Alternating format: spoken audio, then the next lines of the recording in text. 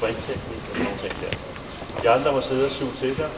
Det gælder både spillere og trænere, og så er det så op til os ligesom at komme videre med nogle af de her idéer. Så jeg vil bede dem, der er varme, som siger til andre, om det kommer ind. Jeg kan lige sige hurtigt lidt om mig selv. Det er vigtigt for mig, det blev sagt før, men jeg arbejder med et par professionelle fodboldklubber, Superliga-klubber, nogle er mere professionelle end andre, sådan er det bare. Omkring nogle af de ting, vi har her, og det er selvfølgelig i den forbindelse, det er fodbold, men altså, udover det, så har jeg også arbejdet med nogle håndboldpiger, med nogle lignende ting. Ting har udviklet sig med tiden, så det her ting, jeg viser i dag, det er nogle af de ting, jeg arbejder med nu. Måske i forhold til for 2 år tilbage, hvor jeg arbejder med en lidt mere simplistisk model. Men det jeg forsøger med den her, det er at afspejle en lille smule i bevægelse inden for håndbold. Jeg er overhovedet ikke ekspert på det her. Jeg er selv ikke dansk, jeg er fra England, jeg er håndbold i England, det er hele dernede. Så det jeg synes, jeg er rimelig god til, det er at kigge på spil, forskellige spilarter. Bliver det håndbold, bliver det fodbold, bliver det volleyball, og så se, hvad er krav, rent arbejdsmæssigt. Og prøve at lægge op til, hvad det skal til at være bedre måske bevægelse på banen. Det vi skal arbejde på i dag, det er nogle grundlæggende koordination over ved hækkene derovre, det lægger vi ud med drengerne her. Og så muligvis dele jer op i et par hold, så det ikke alle sammen kører samtidig, så I får lov at bytte lidt smule. Så går jeg over til at arbejde med fodled, fordi jeg skal arbejde meget med bagefter. Det er evne til at flytte sig på en volleyballbane fra 0 op i farten, eller fra en lønne, altså langsomt løb, og så accelerere. Det lyder utroligt nemt. Ja, det kan vi alle sammen finde ud af. Men jeg kan godt se det fra mine erfaringer med fodboldspil, også atlet, jeg er landstræner, jeg er 10 år. At bare små ting, hvis man kan flytte nogle små ting, så er gevinsten faktisk rimelig stor. Det vil sige, at man kan øge kvalitet en hel del. Ja, så små ting, det betyder store ting i den sidste ende. Så vi arbejder lidt på omkring fodled, skridtlængde og så videre. Og så går vi over til lidt mere funktionel træning, hvor det er noget med retningsskift og så videre. Så måske begynder at ligne lidt mere volleyballbevægelse eller håndboldbevægelse. Okay? Så her, så over det.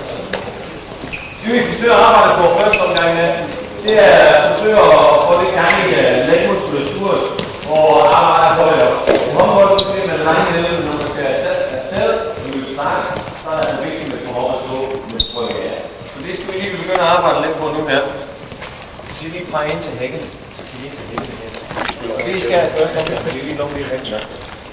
Så går vi sådan her, hvor vi skal ud over hækken. Og vi gør det her 4-5 gange først, uden at vi skal det er mig. Problemet med den her er, at I sidder helt ned, når I står helt ned i fødderne, så vi skal lige have jer stå lidt længere op af. Så det I skal nu, så vi kører den. Okay?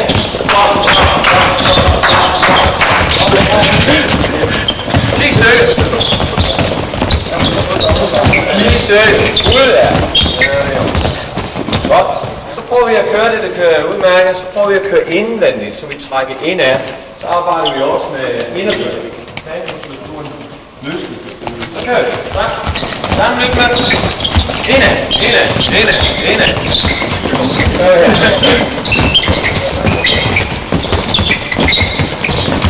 Ja, det er jo. Det er godt. Så prøver vi nu at lade lidt kan. Så vi tager højre ben over og venstre ben over. Så skal vi tilbage med den venstre, og så højre. Og det bliver på den her måde. Ja. Frem og tilbage den gang. Nej, han er til stede også. Tilbage sammen. Godt spil godt. Ja. Nogle dyre hekser, hvad spørger? Fint. Op og stå på tagen. Op på tagen.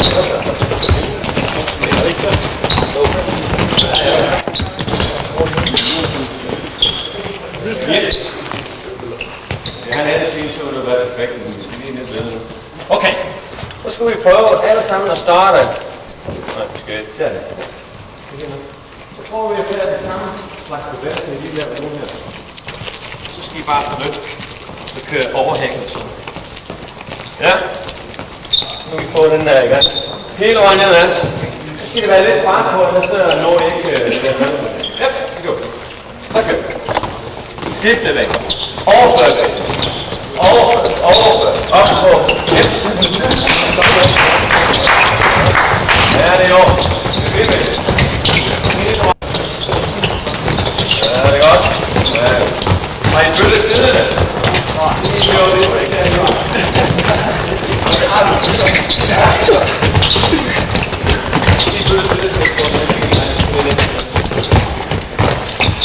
Bare en gang.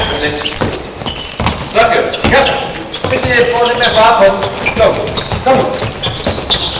Ja, det er god med at give hinanden lidt plads.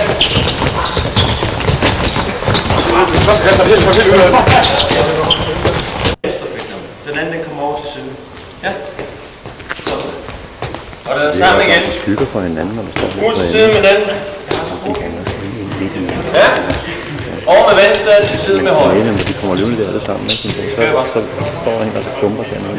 Over med den. Over med den. Nå, op hele vejen. Det er det her. Sagtens se noget forskelligt. Det der. Godt. Se for kvalitet i bevægelsen.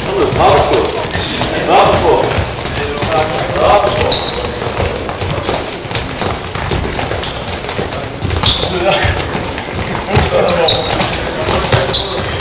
Ja. Og det højre over venstre side. Og der skyder den fremad. Skyder fremad. Skyder fremad.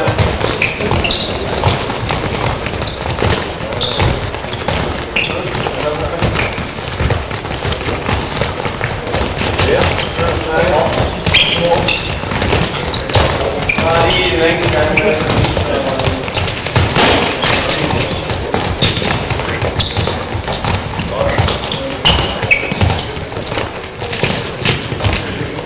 Prøver vi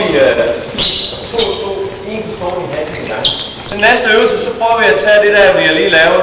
Det er rimelig nemt, når man kører den her. Nu skal de tilbage igen, og så står her. Sådan der. Og så næste gang, så er det den der over. Så er den samme ben tilbage igen, ja? En her bag. Frem, og så skal I træde tilbage med den samme der. Og tilbage med den samme. Ja, der. To gange, så bliver det øvebenen.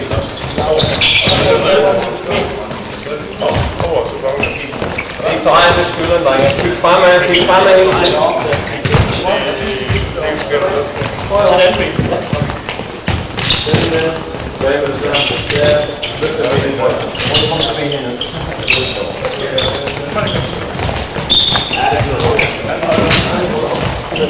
Ikke dreje.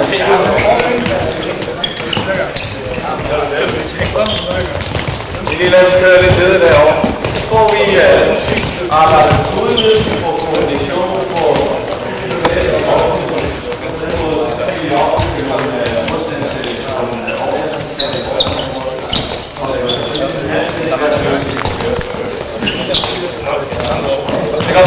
jeg har prøvet lige en enkelt gang. Jeg kan lige rette den der op igen, så vi skal nemlig vi har kørt det næste par øvelser. Yep. Nu prøver vi at gå over hækken. Du ser, hvad jeg gør nu. Så skal jeg over med den på højre. Ja. Helt over med. Kom.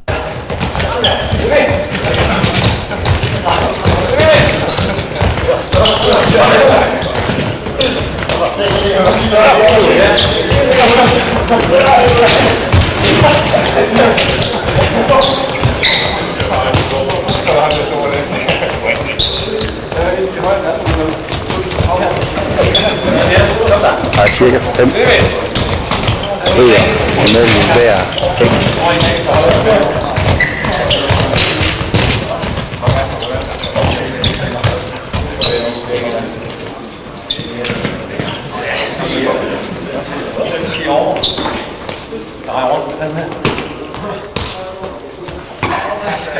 Ja. Og se den her øje. Over med den. Kom så. Det gør den lidt. Ja, det er i orden. Det kører bare. Se her. Det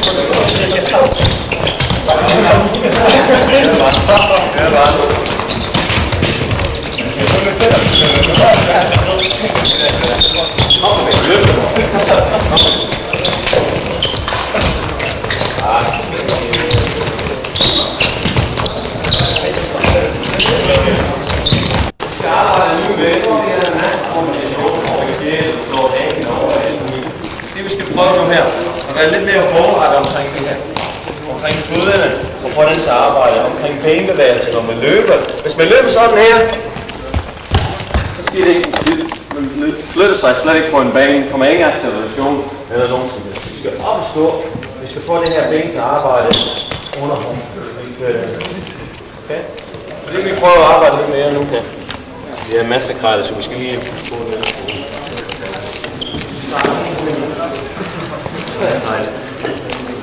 Så her er bare lidt spidset i plads. To sammen. Så kører vi den her ret. Det vi skal først komme her. Få to sammen, så står du næste tilbage. Så vi forsøger at aktivere fuldled. Ved at lave sådan lidt. Ikke noget med at sparke ben frem, bare aktivere på. Ja. Hjælp til den anden række kræfter. Ja, det er overladet. Se hvordan det er. Det er jo. Vend om tilbage, gå tilbage. Gå til den. Lidt hernede. Vi skal op og stå. Så må vi løbe. Det er derfor vi gør det. Prøv at tage 5 sammenbensspring på endnu her. Spændende nærmelse. Sådan her. Og så skal I bare gå lige 5 skridt, og så tager jeg lige en til. Ja. Så tak. Trykke. Stivben. Og det går lige 5 skridt, og så 5 mere. Helt stiv i benet.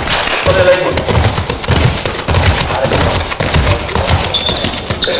Vi skal huske den fornemmelse. Vi går hernede igen. Sprint, løberelateret. Vi skal have en lille rotation på. Og vi er ude at hente brød søndag formiddag. Men så kører man også her. Det skal man faktisk også i sprint også. Vi skal igennem her, trække igennem. Færdig, så skal vi op med ben, sætte den i og trække igennem. Det er en god sprint, det gør. Det lyder meget nemt. Men det er mange, der ligger fået herop, eller når man kommer hernede, så er knæene helt bøjet, eller man trykker helt slet ikke her hernede. Så det er sådan nogle ting, vi skal forsøge at arbejde på. Her og igennem. Ja. Det vil sige, nogle halvhøjt knæene. Vi prøver at lade lidt musik på det. Igennem. Okay? Det bliver sådan lidt rundt igen. Ja, bare ned til det der. Ikke for højt, bare halv højt. Det kan ikke være kritisk derovre, det gør det godt nok. Forbilledet, det er den der. Vi skal have den der, ja. Okay. Nu vil jeg sparke lidt for rigtig tilbage. Vi skal bare have den her til, og så op igen. Det går rundt.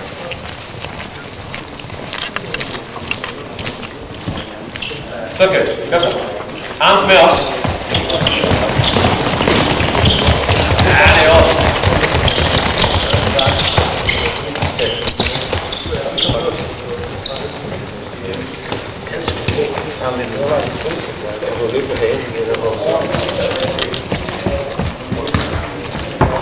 Ja. En gang til. Så skal I faktisk have knæene op til nærmest hoftehøjde, når I kører igennem. Armene, de skal også være med. Ja, prøv. Ja. Okay. Hvor vi oplever klubberne. Måske når I får noget højknæløftning i øvelsen. Det der, det går bare nedad, det er ikke særlig funktionelt overhovedet. Vi skal have rundt og trække igennem. Det er derfor, det er opmuntret til det. Yes. Så prøver vi at tage en øvelse nu, hvor I forsøger at sparke i bagenden. Det er den der, vi plejer at gøre. Prøv lige at gøre det, som vi plejer at gøre. Vi kigger på hoften eller sådan. Så vend om, drengene. Det her øvelse, det er at tage varme hasen op. Ballene, specielt hasemuskulatur. Hvis man knækker i hoften, sådan her, og bøjer knæ hernede, så bliver det ikke særlig funktionelt. Så får man alt for lidt ud af det. Vi får ikke den spænding, vi får, når vi sprinter. Når vi sprinter, så spænder de meget. Det kan måske prøve, når I selv løber på en bane. Hvis man laver noget intervalsprint, så spænder de meget her. Det er fordi, det kommer den der naturlige spænding fra hoften af. Men hvis man knækker, så får man ingenting. Så det vi skal nu, prøve at stå op. Få hoften fremad, i stedet for tilbage, fremad, og sparke benen lige ud bagved. Og så skal I lige have den vinkel på anklen. Så det bliver sådan her. Helt bagved, det hele. Ja, det kan nå fremad. Hold. Meget forskel.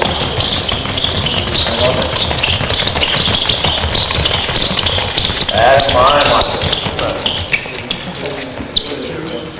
Prøv på vej tilbage. Så lige snart. Nu vil jeg prøve at gå lidt videre med den her. Og så sige, hvis de kan gå lidt hurtigt i løb. Nu vil jeg lave en masse øvelser, hvor de kører sådan her. Så skal vi gerne have lidt mere fart på. Så det de skal. Vi skal starte med det der højknæløftninger. Så skal de prøve at accelerere. En gang, så I får lov at kigge dem enkeltvis. Helt ned til de sidste kejle dernede. Okay? Så skal I lige holde øje med dem. Kører de rundt her. Og det er op på forfoden. Trykker de færdigt. Eller sidder de hernede. Lægger det hele ned. Og så bøjer I knæene. Det er selvfølgelig ikke særlig godt. Så skal jeg få dem op. Prøv at starte højt knæ igen. Sådan her. Så skal jeg accelerere dem videre. Ja.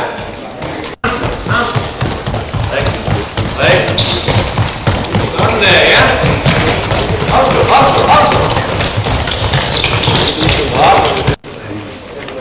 Tak for mig, generelt for stop.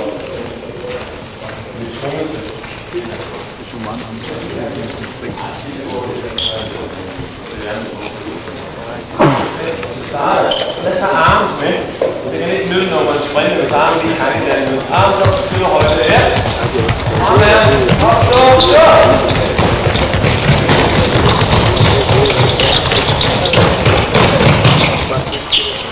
Jo. Det er bare lidt, fordi jeg tager den.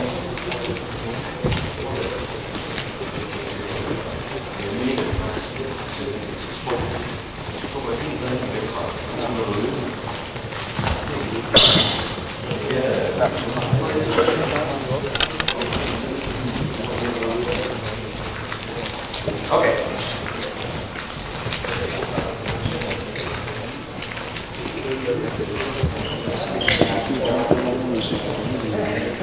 Hvad skal vi bruge dem her til? Det vi skal bruge det her til, det er at prøve at samle op på nogle af de ting, vi arbejder på hernede. Forfoden, det her bøjning af knæene, trække den under, skridt ned, og så komme videre. Prøv at se, hækkene, eller kejlen, det bestemmer skridtlængden. Ja? Og det er meget smart på den måde, at når de kommer over sådan en kejle her, så har de kun den mellemrum til at sætte foden i. Det er positivt, så det ikke kommer hertil. Bremse. Når man sprinter på den her måde, så er det ligesom meget håndbremsen på i bilen. Vi skal altså gerne accelerere så meget som muligt. Den her vej. Så det trykker ned.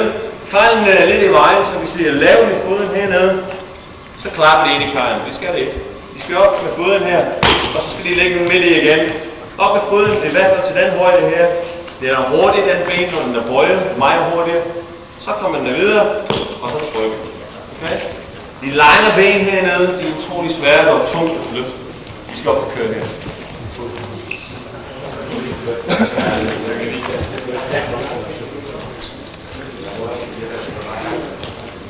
Ja.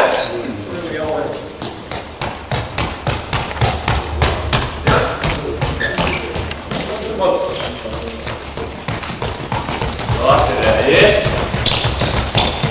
Forfod. Armene.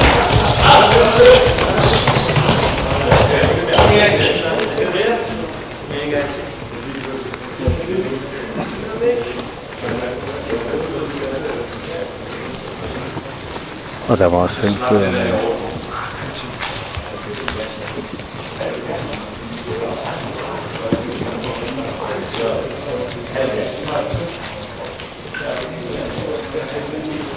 Okay, det gør. Armene. Kom så. Løb.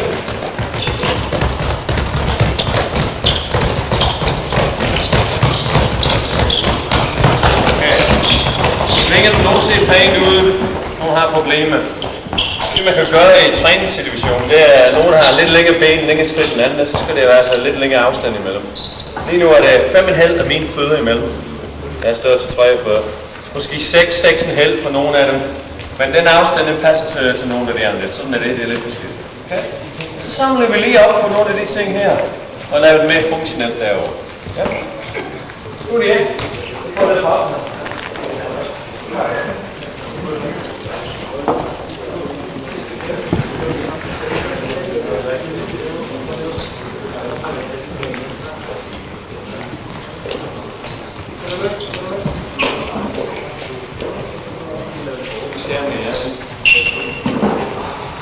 Vi skal arbejde lidt med acceleration. Det er så store med, hvor vi arbejder på, tror jeg, det er 20 km, når man accelererer. Så kan man se nogle som er lige så længe som 20 km. Vi laver nogle forskellige. Yes! Det her fyre, det skal forsøge at lave noget acceleration. Okay, i første omgang, så får de lov at gøre det uden at jeg vejlede dem og hjælpe dem eller nogen som helst. Får de komme ind til exakt hvad det er. Og vi laver en faldstart. Det hedder på engelsk. Eller på dansk. Og I står med 2 ben på stregen her. Så skal I falde. Og det er klart, når det er noget en vis vinkel, hvis I sætter foden ned, så ligger de dernede. Så vi skal sætte en fod i. Men ideen er, at når I sætter den fod i, så skal det være aktivt ned og tilbageliggende. Ikke bare og så løbe. Så skal I så bare. Så det er sådan her. Bare ned til jer. Så er det. Vi prøver at kigge på det. Ja. Og klar.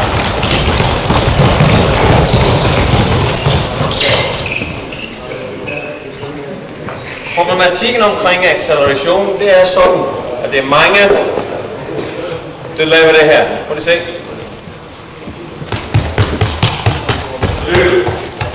Det er mange steder, hvor man får at vide, korte skridt, og så bare afsted. Det er bare forkert. Okay? Selvfølgelig er skridt korte hernede, men det skal være så langt, som man kan i den fart, man har. Det vil sige, at man skal trykke færdigt. Man skal ikke løbe hernede med bøje knæ og løbe sådan her. Vi skal lave så langt skridt, som vi kan, og stadigvæk være aktive i den retning. Okay? Så for jer nu skal I tænke på, når I falder fremad, skal I trykke af, eller også på den første. Og så løbe. Okay? Og så får armene med. Afsted, kom nu! Ja! Så er allerede 5% hurtigt. Bare ved at trykke lidt mere. Og det gælder også, når man er på en håndboldbane. Når man står, og man får et kontrispil, eller hvad man får, så er det altså bare at løbe hurtigt. Det er ikke bare... Så skal vi efter den bold, så kommer det andet der før. Ja. Og det er altså bare at trykke.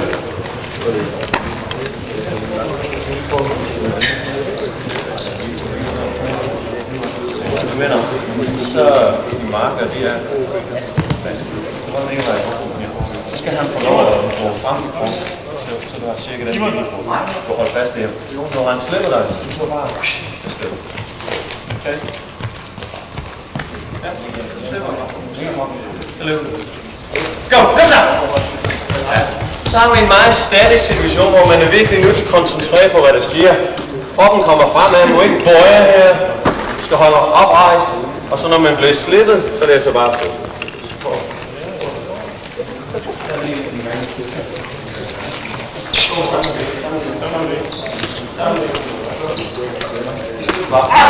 Ja, fuldstændig. Ja, det er faktisk. Ja, det er godt.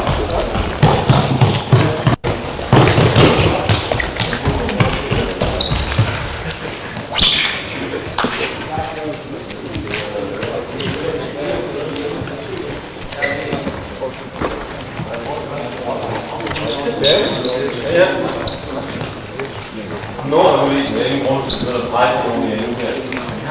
Vi har lidt med tendens til lidt siden af her med den her. Okay? Vi vil gerne herop. Hvis vi kan flytte vægten hertil, så får vi en hurtig løb. Sådan er det bare. Så vi prøver at bruge det her pinde nu, så sørge for, at de kommer længere ud i skridten, så vi sørger for, at de trykker helt af. Så står det her. Så skal de løbe. Igen. Og de træder på, at pinden skal træde over. Den skal stå sammen med på den første. Så bare afsted. Så over den her. Ja. Tryk. Kom så. Ja. Nu begynder den alene nu. Tryk. Go. Arms med. Afsted med det sammen. Ikke trøde, bare afsted med det sammen. Afsted. Nu så. Ja. Afsted med det sammen. Forfod. Ja. Kom nu. Det var flot. Arms med. Gå. Ja, det var. Og så kør. Gå. Ja, det er også forfod. Det er også godt. Bakke ud.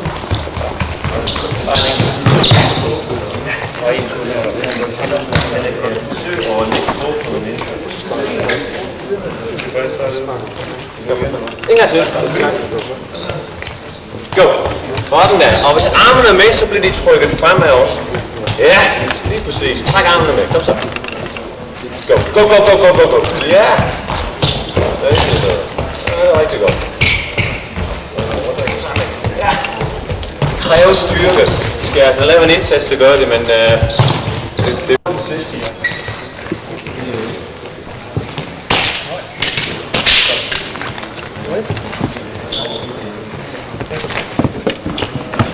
Prøv lige at strække lidt ud. Strække lidt i hagen. Vi er ikke helt færdige nu. Vi er ikke helt færdige nu.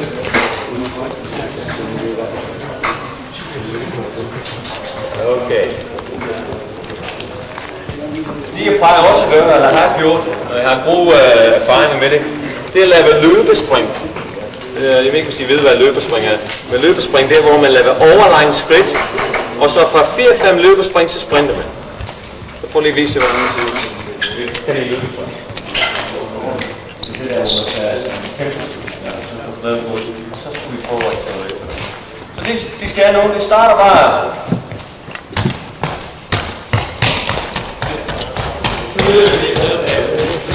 Okay, 3-4, kæmpe langt skridt, og så kan du bevæge springe bag. Og så afsted. Og bevare skridtlængde, kom så. Ja. Og så afsted, løb. Det er godt. Go, go, go, ja.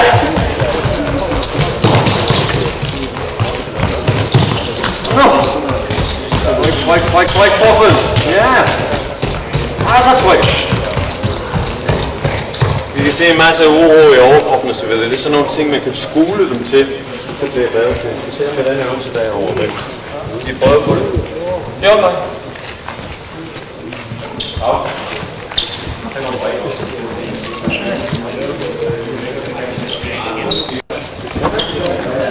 Ja.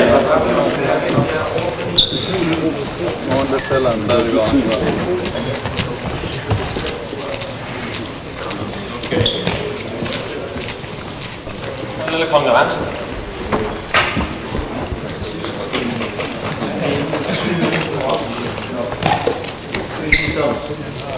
Jeg arbejder mellem de stillinger, der er der. Lad os se, hvis I kan stå mellem de to røde. Jeg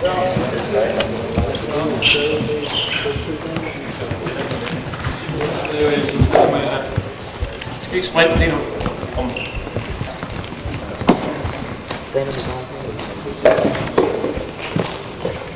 Okay. Det jeg skal nu her med det her drenge, vi skal forsøge at lave den lidt funktionel. Og på den måde accelerere, eller acceleration, vi skal have en konkurrence på. Vi skal lave nogle reaktion til bolde, eller til klap, eller hvad det skal være. Måske bolde eller mere realt.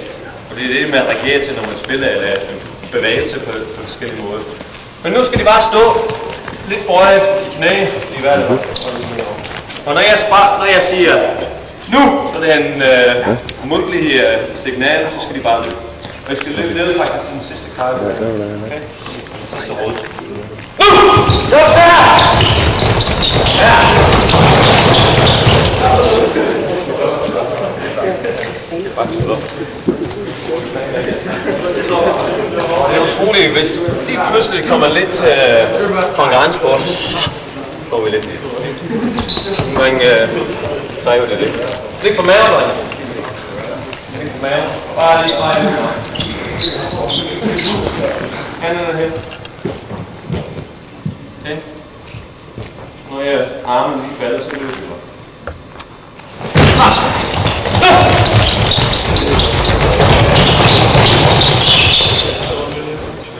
Vi kan blive ved med det her. Hvis jeg laver reaktionsløb, så har jeg også gjort det sådan, hvor det ligger med siden til. Så når det løber, så løber det den vej. Lægger den her vej her. Så det ikke trækker den vej. Man kan få det med ben op i luften. Man kan se til dem, det skal tage en lille retningsskift. Og så løber den vej. Det er mange muligheder. Og prøv en anden, hvor det er sådan nogle kombinationer af nogle ting. Det står lige med. Godt jo. Og når jeg sagde et tal, så skal jeg lave 4 point med løb. Det er det tal. Når jeg sagde 2 tal, så skal jeg dreje rundt. Så skal jeg bare blive ved job. Når jeg sagde 3 tal, så bliver der røget gulvet. 4 tal. 1 tal. Nu er det stille og roligt. 2 tal. 3. 1. Når jeg beder, så vil jeg springe her. Bliv ved. Jog. 1. 2. 4. Resten. Kom nu! Der kan man lave alt muligt show med. Jeg har været nede i Rome og se på det CVA-hold. Træne dernede for 4 år tilbage. En lille italiener på den størrelse her. Han er cirka, jeg vidste ikke, hvad han siger, men omkring 25 forskellige instruktioner. Det er vist billederne, hvad det var for noget. Et eller andet lero og alt og øl. Så er det ned og lægge, så er det op og springe, så er det drejet rundt, og det er alt muligt. Og 4 eller 5 betyder spring simpelthen. Og det vidste det bare. Så det var godt. Vi prøver en gang til. Jeg står lige bag. Så jogger. 3. 2. 1. 4. Kom nu! Sådan der, ja.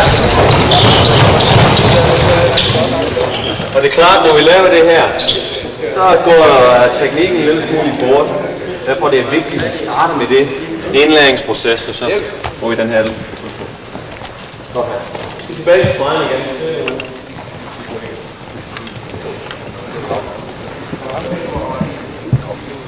Nu skal jeg prøve at arbejde med hurtig bevægelse, små bevægelser, som fremhæver hurtighed i muskulaturen. Ikke noget med sprint, der gør decideret sprint, men det fremhæver hurtighed på forskellige vis. Vi skal nu her. Der står vi sådan her, så bestemmer tempo.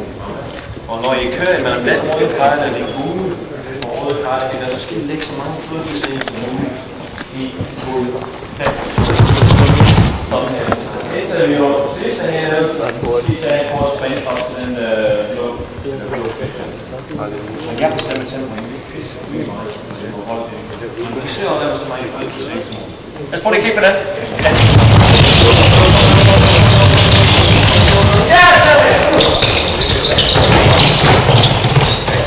Så med den her, så får vi overført nogle små bevægelser til nogle store bevægelser. Og det er tit problematikken i boldspil. Når man laver nogle små finte eller små bevægelser, men når man springer, så skal man forholde sig til, det er så bare sted. Lad os se, hvis I kan. Prøv at gøre det sådan. Ja, kom. Når jeg falder armen, så er det bare. Kom nu!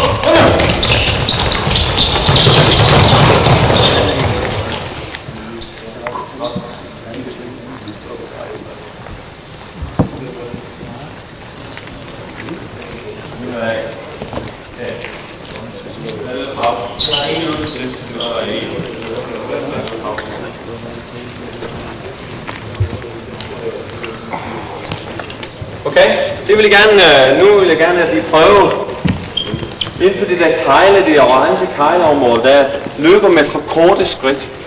Det lyder lidt mærkeligt, når vi snakker om, de skal løbe med fuld skridt. Ja. Men når vi skal lave fremhæve hurtighed i muskulaturen omkring hoften, så er det faktisk en god ting, en gang imellem.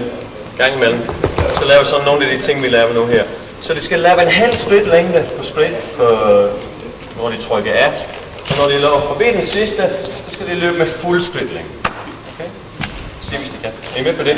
Så når I springer derfra, så den første træder, så er det sådan en halv lang skridt. I får lov at trykke af lidt før. I skal ikke helt hertil, bare hertil, men gerne med højt knæ. Og når I når til den sidste venstre, så skal I løbe med fuld skridt. vi starter med et kort. Nu er jeg. Ja, godt.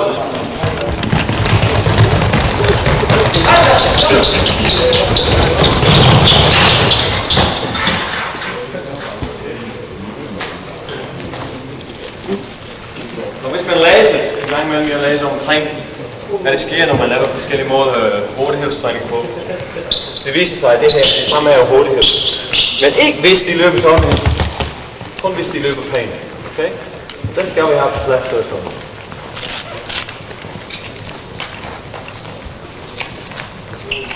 Det vi prøver med den aller sidste, det er gruppe, det skal vise nu her, det er temposkift.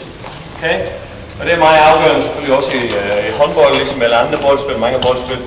Og man kan løbe på en vis tempo, men når det gælder, og så kommer stadig fra den tempo, så den højeste tempo man kan, og man gør det hurtigt som muligt. Det der rykke, der giver lidt en halv meter for bolden, så man kan afslutte. Okay? Det vi skal prøve at arbejde på. På 2 eller 3 forskellige måder. Første dreng skal bare løbe med cirka 60-50% i max. Og når jeg er klar, skal I bare til de sidste 10-15 meter. Så cirka helt med jeres maxfart, helt til det okay. Ja.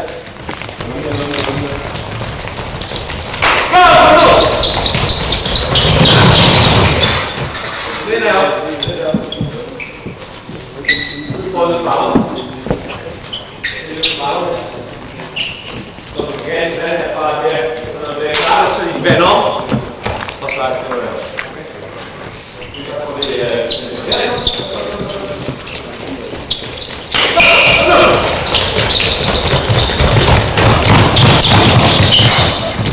Vi får lidt pause. Man kan gøre det sidelænd. Man kan lade det krydsløbe. Alt muligt forskellige sjove måder at gøre det på. Det er stadigvæk tempus. Men den sidste, det skal være i stand til at vende om og løbe pænt. Og det er ikke så nemt, det tager tid. Det tager træning, for man kan vende om helt automatisk og så afsted. Så får man løbe helt. Så det er målet med det i hvert fald. Det er bare et over for noget rigtigt.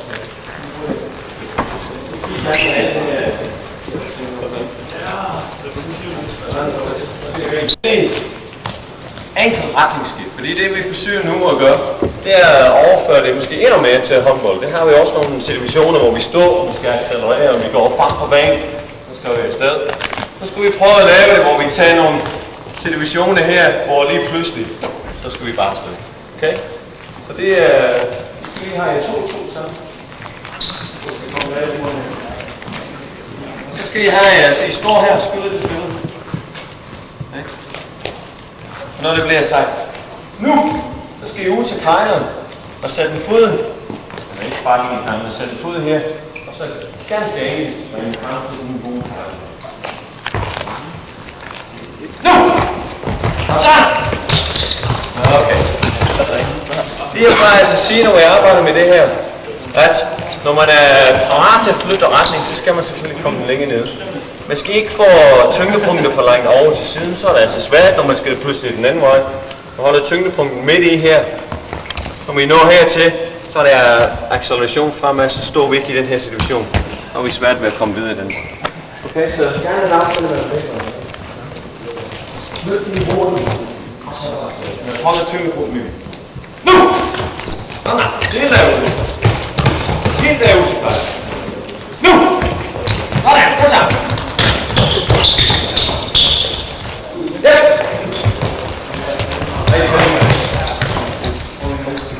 Det er sådan, hvor vi starter derude. Vi ind til den her, ud til den der.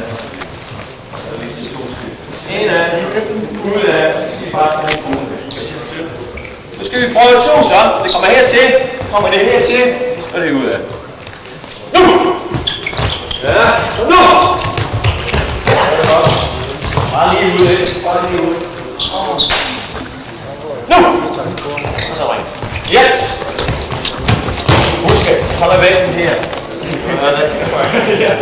Jeg var for ben for tæt på. Go! Ja.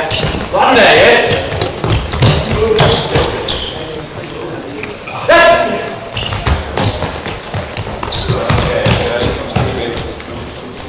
Prøv at vende om.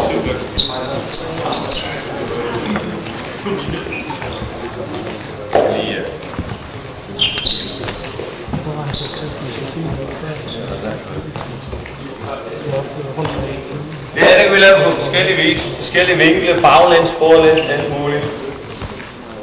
Prøver vi at gøre sådan.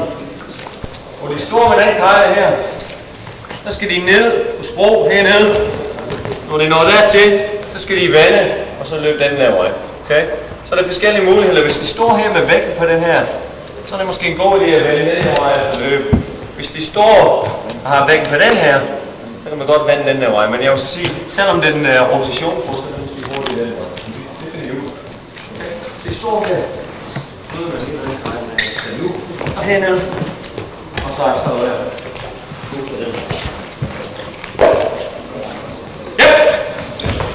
Ja! Lidt forskellige. Så sådan der, ja.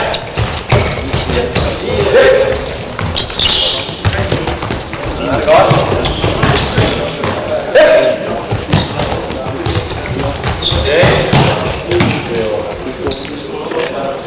Så er der noget enkelt skiftesituation, vi har her.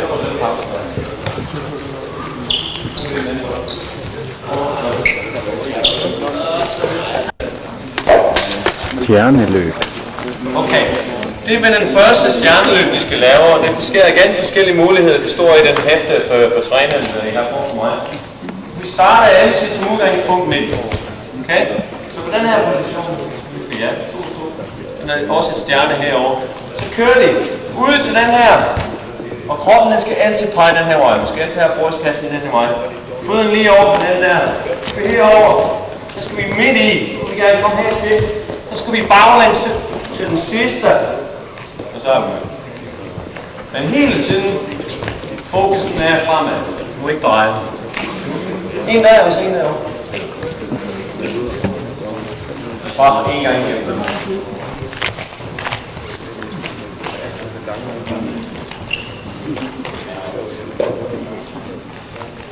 Yep! Kom så, kom så, kom så. Koncentrere fremad, yes! Collins, op. Afsted! Det er godt. Væk fra.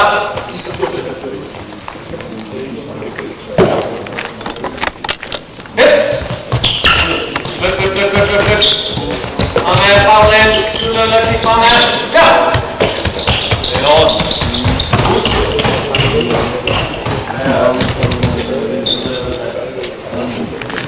Hvis man springer frem, så trykker vi godt af. Yep!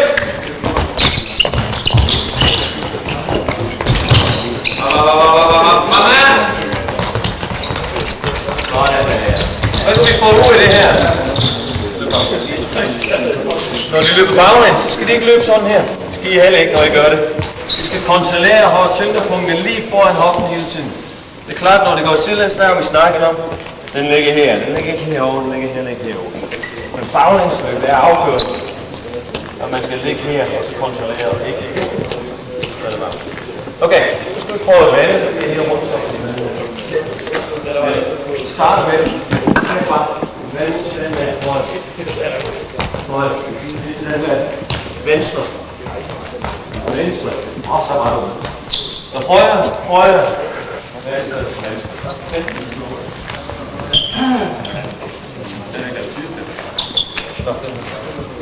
Nej, det er bare sådan, så hurtigt som I kan.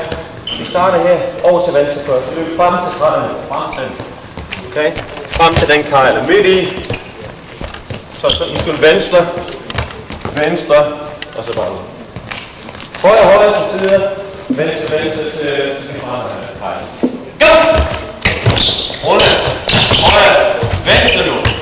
Yes, venstre. Og så afsted med. Godt. Højre, venstre. Yep! Højre. Venstre. Sådan der.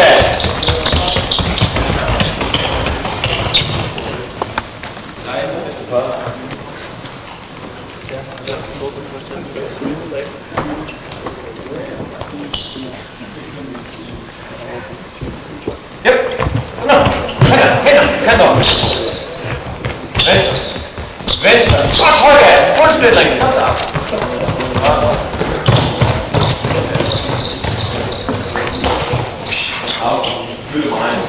Det her pinde her.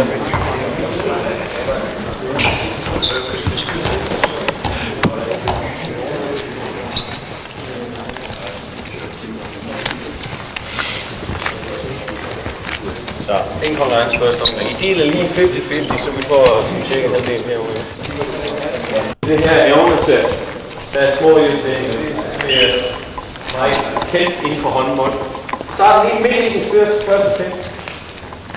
Lige så højere er den så højere. Det er roligt, jeg forstår ikke jeres egen tid. Ja. Så bare en lille kort sprint til de gode krejl. Bare lige 2 sprint. Stop. Bare. Jeg får lige igen med det her.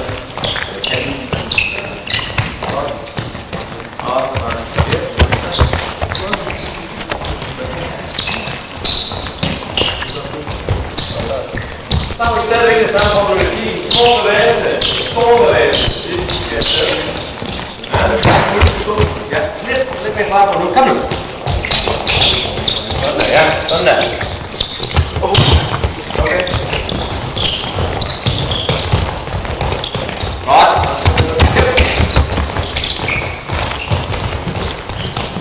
Sådan der, ja.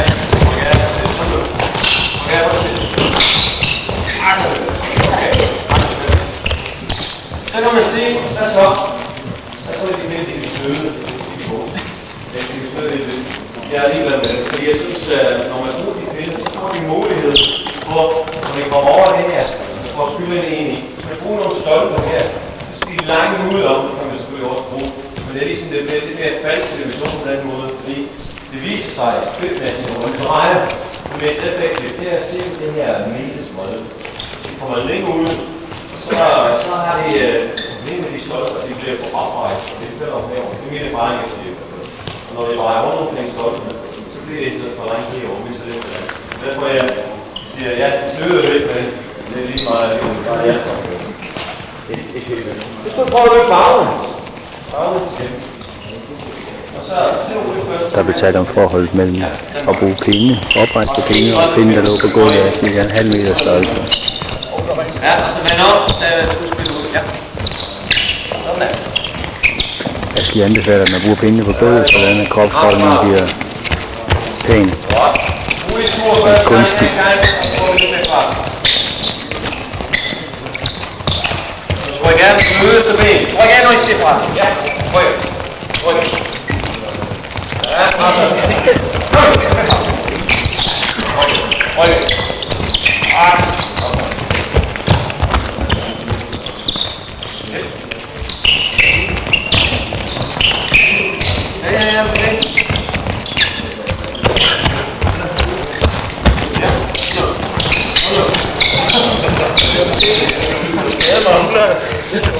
Hvad laver du med? Kun lige køre en enkelt gang hjem. Det var lidt. Yes. Nu prøver vi at tage den situation, hvor de starter hernede. Vi kan bare starte modsat, ikke? Og så kigge ind til hinanden. Vi laver en lille løb igennem sådan her. Det er hvor vi arbejder meget med at få tyngdepunkt placeret midt i, vi egentlig får lov at arbejde. Okay, prøv at tage en stille rolig tur. Hånden tilbage i overkroppen. Ja, det er godt.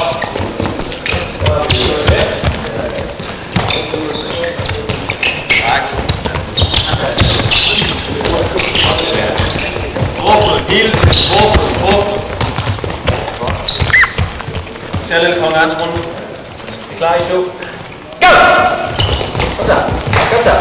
Kom så. Asa ud med. Hey! Kom nu. Sådan. Yep. Kom nu. Hænder. Yep. Ja, arbejde på hånden.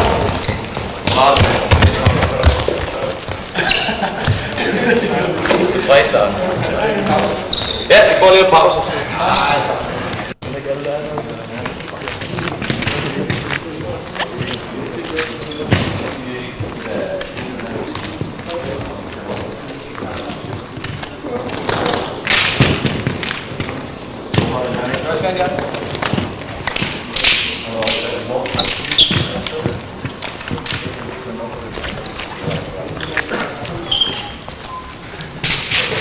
Det er i hvert fald inden for det fedt.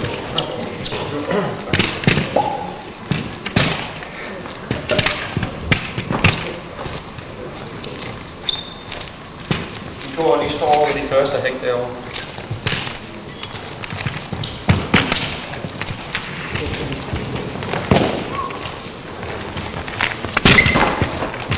Den point. I laver slammen igennem, så skal I til den her side først, venstre. Igennem her, det er fremadrettet. Okay? Vi kører sådan her. Når I kommer herned, bare laver den her. Lidt baglæns igennem her. Her igennem. Og så er det bare frit tilbage. En gang i verden igennem. Vi får tid på det. Så hurtigt vi kan komme igennem. Let's go! Godt. Fremad. Ja. Balance, balance, balance. Igen. Forbi det første hæk, så er det slut. 11-4.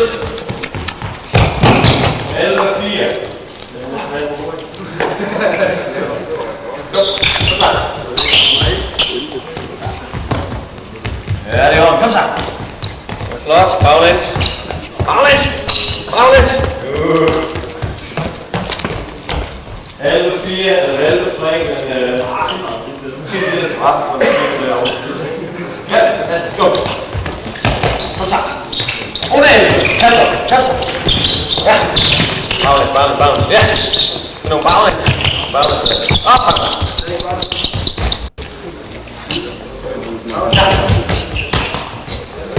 Gå. 10-9, den hårdeste indtil videre. Kom så. Så gør vi! 11-4, det er okay.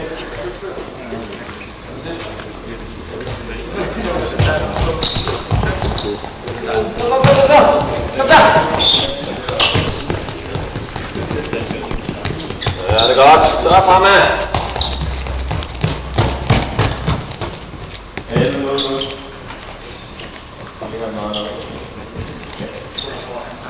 Ja. Bare en tur hver her. Kom så! Kom så! Ja, det kan man. 10-4. 10,4. Ja, det er okay. Der får vi nogle forskellige kombinationer her, vi kan regne med alt muligt. Okay? Så skal vi lige tage den næste her. Hvad så med de firkantede eller trækantede? Igen, håndboldtræning med jeres fantasi og jeres kendskab til spillet. Vi har sagtens lavet den her meget måske mere målrettet. Nu prøver jeg at forsøge at lave nogle bevægelsesmønstre, som ligner lidt i til, når vi står og overfrakspositioner og så videre. Rækkepositioner. Så vi prøver at bruge nogle trekanter og firkanter. De skal bare ind i gang. Ind til den midterste del af den her. Så kører jeg udenom den der. Frem til den næste. Og så bare en let løb ud. Okay? Vi får nogle forskellige skift på. Ja, prøv. Ja, det er lige. Ja, roligt stod. Skift retningen i hjems. Godt, og så frem. Flot, næste mand. Kør bare en efter den anden.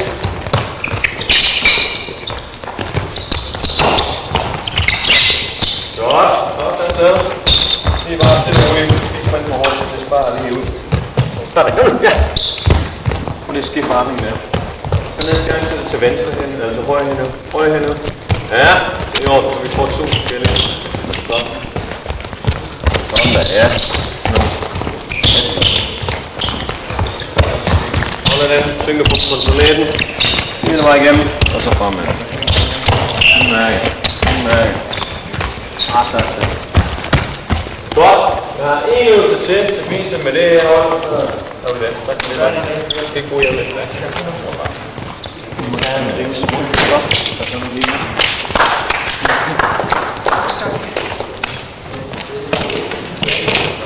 Vi går lige et minut. Vi skal lige sætte den op. Spille mønstre, bevægelsesmønstre. De skal anbringes. Vi ligner lidt det der, de andre holder lige laver. Hvor vi arbejder med firkant. Okay? Det skal starte med den hjørne hernede. Her, frem her. De er lidt større end de andre. Så forbi den næste herovre. Igen kontrollere tyngdepunkt. Og så bare lade det løbe ud.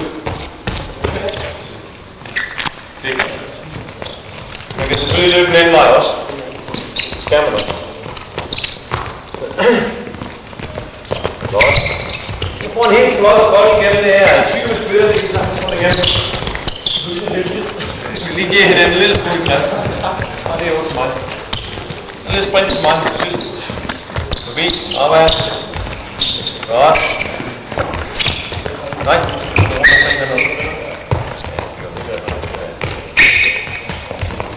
Og så rundt om den. Lige til mig. Frem med hård krop, og så sætter vi. Kom nu. Herovre. Kom så. Og så støt. Godt. Nu. Få lidt balance. Og så støt. Kom nu. Hurtigt. Ja, det er flot.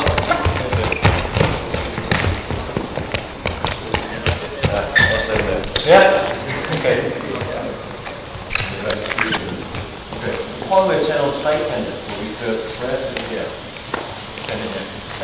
Og det foregår på den måde. Igen, I kommer forbi her, og når I drejer den her vej, så skal I pege lidt indad. Den her vej, og så pege lidt den vej ud. Forbi. Her. Ret op. Den vej. Forbi igen. Herover. Den her vej over. Ja. Bare så roligt. Ja. Bare ud. Ja. Sådan der. Sigt på teknikken. Det skal være i orden. Det skal se godt ud, når vi kører igennem. Det er det handler om. Nu er det sådan. Godt det der. Gerne have armene op. Den er op, så I ligner lidt. I skal til. Sådan der, ja.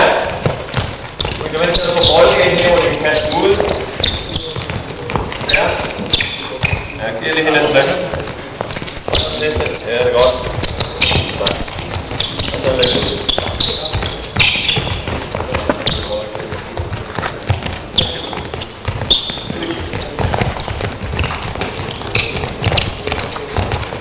Ja, det er i orden, det her. Sådan der, ja. Og lige en anden tur igen.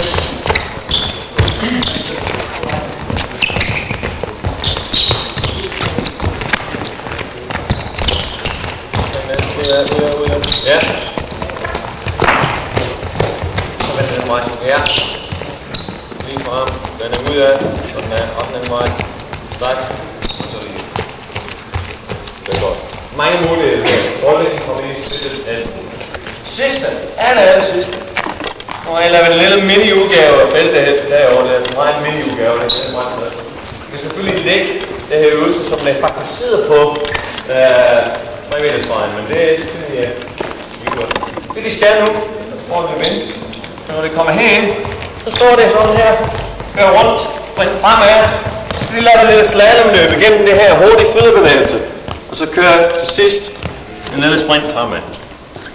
Jeg skal lige have det på plads igen, det er blevet så ved.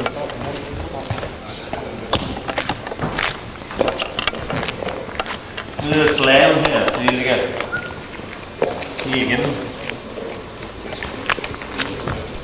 Okay, prøv lige at vise her. Kommer her til. Og så igennem. Jeg skal lige have en kærle til. Så skal jeg. Nå, nu er det ikke. Okay. Så hurtigt som I kan. En gang. Godt så. Så vi ser. Okay. Andre. Afram. Hurtigt igennem med ben. Ja, det var frem. Flot. Rigtig godt. Sådan en gang. Godt så.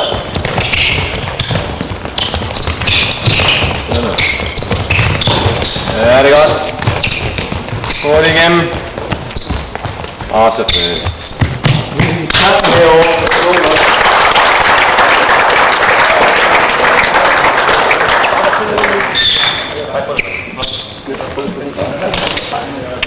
Kopier det her, alle øvelser, det er på en kasse herovre. Rigtig kan tage hjem, hvis ikke allerede vi har nogen af jer. Godt til den kurse, der bliver ude. Så, ufantaseret, så får det gang. Tak for det. Ja.